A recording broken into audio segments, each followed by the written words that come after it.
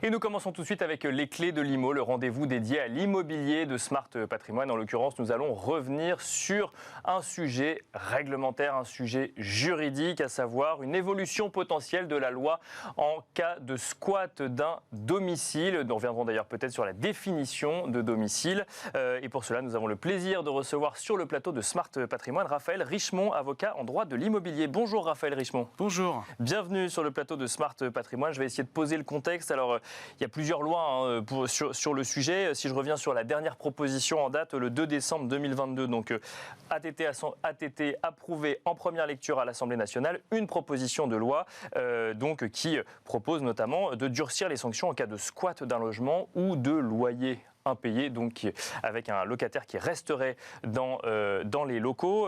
Parmi les propositions, alors il y en a beaucoup, mais on peut quand même retenir que 3 ans de prison seraient proposés et 450 000 € d'amende pour les squatteurs, ce qui vient tripler finalement la peine actuelle qui est de 1 an et de 15 000 €. Et la proposition de loi propose aussi d'étendre la violation de domicile au logement non meublé, ce qui n'était pas le cas jusqu'à présent. Et puis on note également qu'un propriétaire d'un logement squatté n'aura plus à entretenir le logement dont il est propriétaire, mais dont il n'a pas la jouissance. Est-ce que cette loi va dans le bon sens, Raphaël Richemont? Est-ce qu'on criminalise un petit peu plus les squatteurs? D'ailleurs, si je ne dis pas de bêtises, on fait en sorte que les peines contre les squatteurs soient égales aux peines contre les propriétaires qui font justice eux-mêmes. Est-ce que ça va dans le bon sens?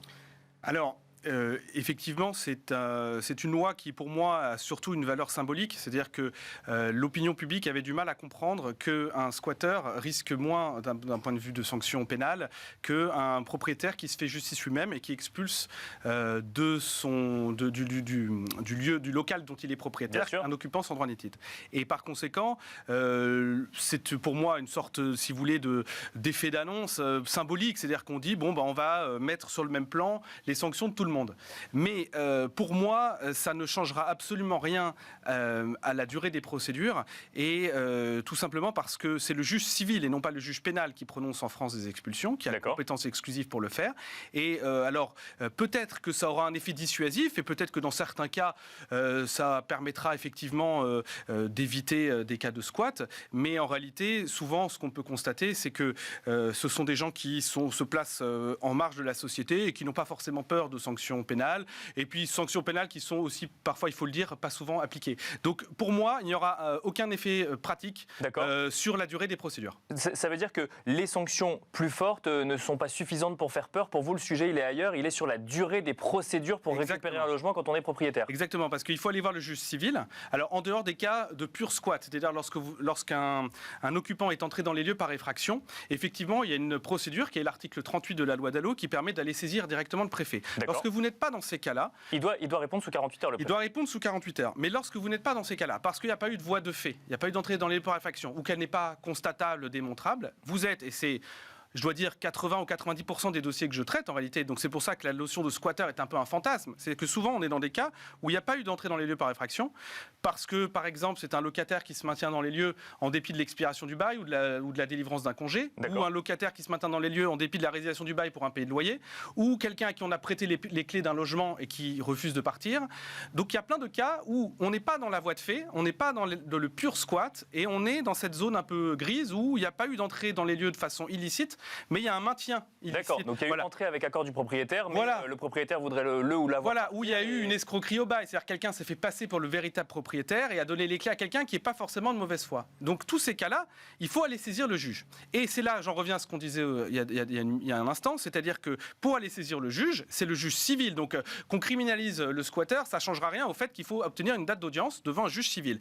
Et malheureusement, dans de très nombreuses juridictions, il faut parfois 6 mois, voire parfois même 1 an d'attente pour avoir une première date d'audience. Donc le problème pour moi, c'est pas tant le droit tel qu'il existe protège la propriété. Et alors il y a des améliorations et il y a quelques petites choses qui dans la loi permettent d'améliorer le système existant. Je n'en disconviens pas. Mais ce qui pour moi est le plus important, c'est l'accès au juge et le fait d'avoir des dates d'audience rapides et des renvois aussi rapides. Parce que quand il faut 1 an d'attente pour avoir une date d'audience et que la procédure dure elle-même 1 an et demi, et qu'ensuite il faut attendre encore 6 mois, 1 an et demi l'accord de la préfecture pour l'expulsion, bout à bout on a 4 ans. Clairement il y a un déséquilibre, parce que clairement aujourd'hui ce qu'il faut, la loi elle doit Donc, 4 ans à partir du moment où on a décidé de saisir la justice. Exactement. D'accord. Exactement. Donc aujourd'hui, la loi, elle doit effectivement concilier si vous voulez, deux principes, qui est le principe du droit au logement d'un côté et le principe du droit de propriété de l'autre. Et aujourd'hui, je pense que la durée extrêmement longue des procédures fait que le déséquilibre est clairement en défaveur des propriétaires aujourd'hui. Mais alors, c'est entendable pour un propriétaire que vous allez défendre, par exemple, que d'un coup d'un seul, son droit à la propriété soit égal au droit au logement de celui qui occupe illégalement les lieux?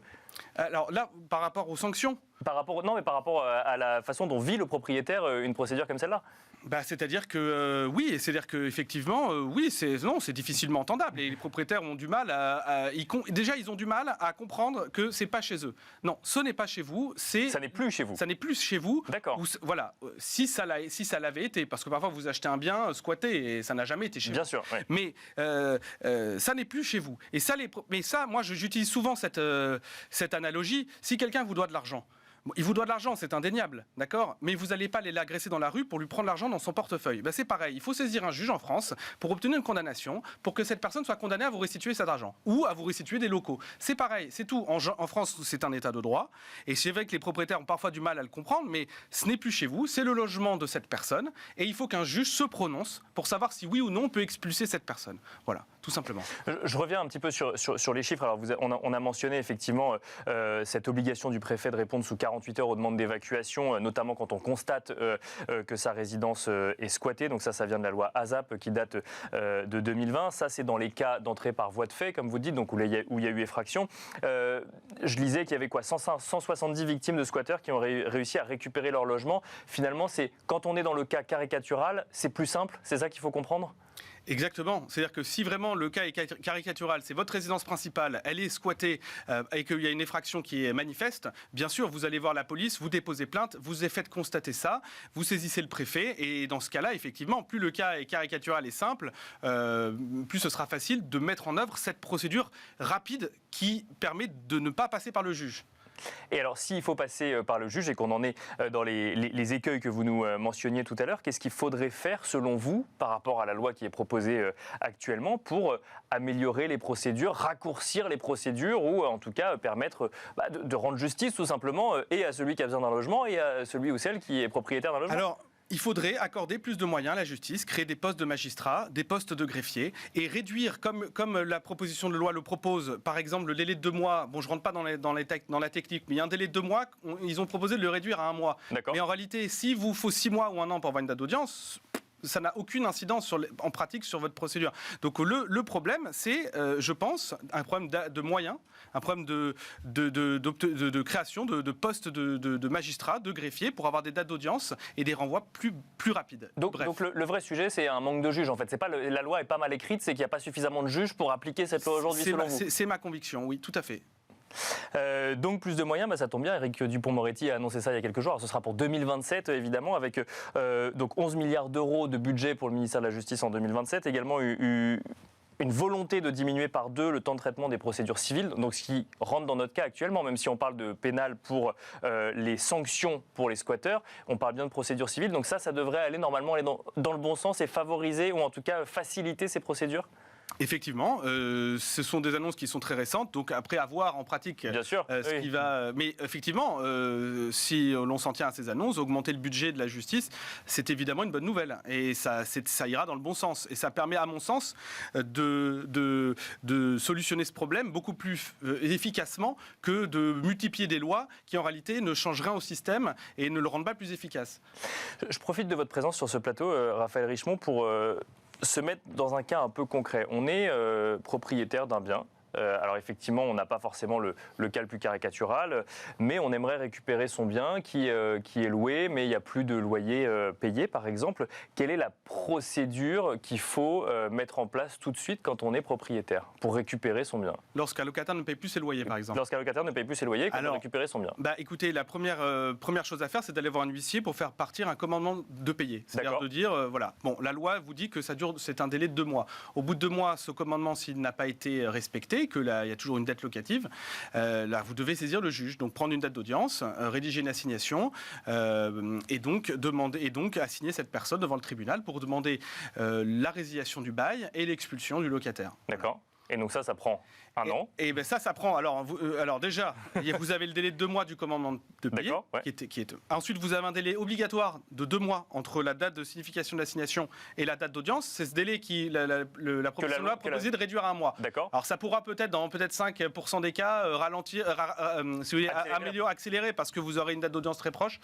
Mais bon voilà, dans la plupart des cas, malheureusement, les dates d'audience sont très lointaines, donc ça ne changera pas grand-chose. Et une fois que vous avez fait ça, donc il y a déjà 4 mois incompressibles. Hein. Ensuite, vous avez votre date d'audience. Et ensuite, alors tout dépend du comportement du locataire. Est-ce qu'il prend un avocat? Est-ce qu'il va demander des renvois? Est-ce qu'il va demander l'aide juridictionnelle? Tout ça, c'est des facteurs qui font que la procédure va durer plus ou moins longtemps. Mis bout à bout, en moyenne, une procédure, elle va durer à peu près 1 an et demi en moyenne. Voilà. Et est-ce qu'au bout d'un an et demi, quand on est dans son bon droit, on a l'assurance de pouvoir récupérer son bien quand même? Alors, non, parce qu'au bout de ce chemin-là, on obtient un jugement ou une ordonnance de référé qui prononce l'expulsion. D'accord? Mais encore faut-il la faire exécuter. Et ça, seule la préfecture, et donc la police, qui a le monopole de la force publique dans un état de droit, peut effectivement exécuter la décision de justice. Et malheureusement, lorsque vous faites votre demande de réquisition de la force publique à la préfecture, parfois vous pouvez attendre de nombreux mois avant qu'on vous donne enfin cette autorisation. Et puis souvent, ce qui se passe, c'est qu'on est dans la trêve hivernale et que la préfecture ne peut pas accorder son concours à l'exécution d'une décision d'expulsion pendant la trêve hivernale. Donc si par exemple vous obtenez un jugement, je ne sais pas, au mois de novembre, vous devez attendre le 1er avril de l'année suivante pour pouvoir obtenir l'expulsion. Voilà. Une petite question, alors je me doute bien que vous n'allez pas me donner un chiffre précis, mais ça coûte combien des procédures comme ça pour récupérer son bien quand même? Alors c'est très variable parce que tout dépend de savoir si vous allez effectivement devoir... Alors surtout en cas de squat, c'est très variable. C'est-à-dire que parfois on ignore l'identité de l'occupant. D'accord. Donc il y a des procédures qu'il va falloir faire par voie de requête pour aller demander au président du tribunal l'autorisation de pénétrer dans les lieux avec un huissier et la police. Et d'un serrurier pour relever l'identité. Donc, si vous voulez, il y a plein de procédures. Donc, grosso modo, avec les frais d'huissier compris, pour une expulsion, il faut compter une enveloppe de 5 000 €. Après, vous pouvez demander bien évidemment la condamnation du locataire ou du l'occupant à payer vos frais d'huissier et vos frais d'avocat. Voilà. Après, comme dans toute profession, ces tarifs sont variables. Voilà, ça dépend vraiment des avocats et vous avez des tarifs, comme dans toute. Bien sûr. Non, mais ça donne quand même une idée effectivement de la procédure à laquelle on fait face. Je reviens sur la proposition de loi. Vous nous avez dit donc effectivement que selon vous, ça ne changera rien. Ça va quand même dans le bon sens. Ça va dans le bon sens parce qu'on s'intéresse à ces questions et qu'on essaie d'améliorer le dispositif qui a été créé effectivement par l'article 38 de la loi Dallot, qui avait déjà été amélioré donc l'année dernière et qui, fin 2021, et qui là aussi va être élargi, par exemple, aux locaux vacants. C'est une amélioration. Donc évidemment que ça va dans le bon sens, mais c'est-à-dire que le problème, c'est que pour moi, c'est pas vraiment efficace. Mais bon, oui, on peut pas nier le fait que ça aille dans le bon sens, tout à fait. Merci beaucoup Raphaël Richemont d'être venu sur le plateau de Smart Patrimoine pour décrypter cette proposition de loi avec nous. Je rappelle que vous êtes avocat en droit de l'immobilier. Vous reviendrez peut-être nous la commenter si jamais cette proposition de loi passe. Merci beaucoup en tout cas. Et quant à nous, on se retrouve tout de suite dans Enjeu Patrimoine.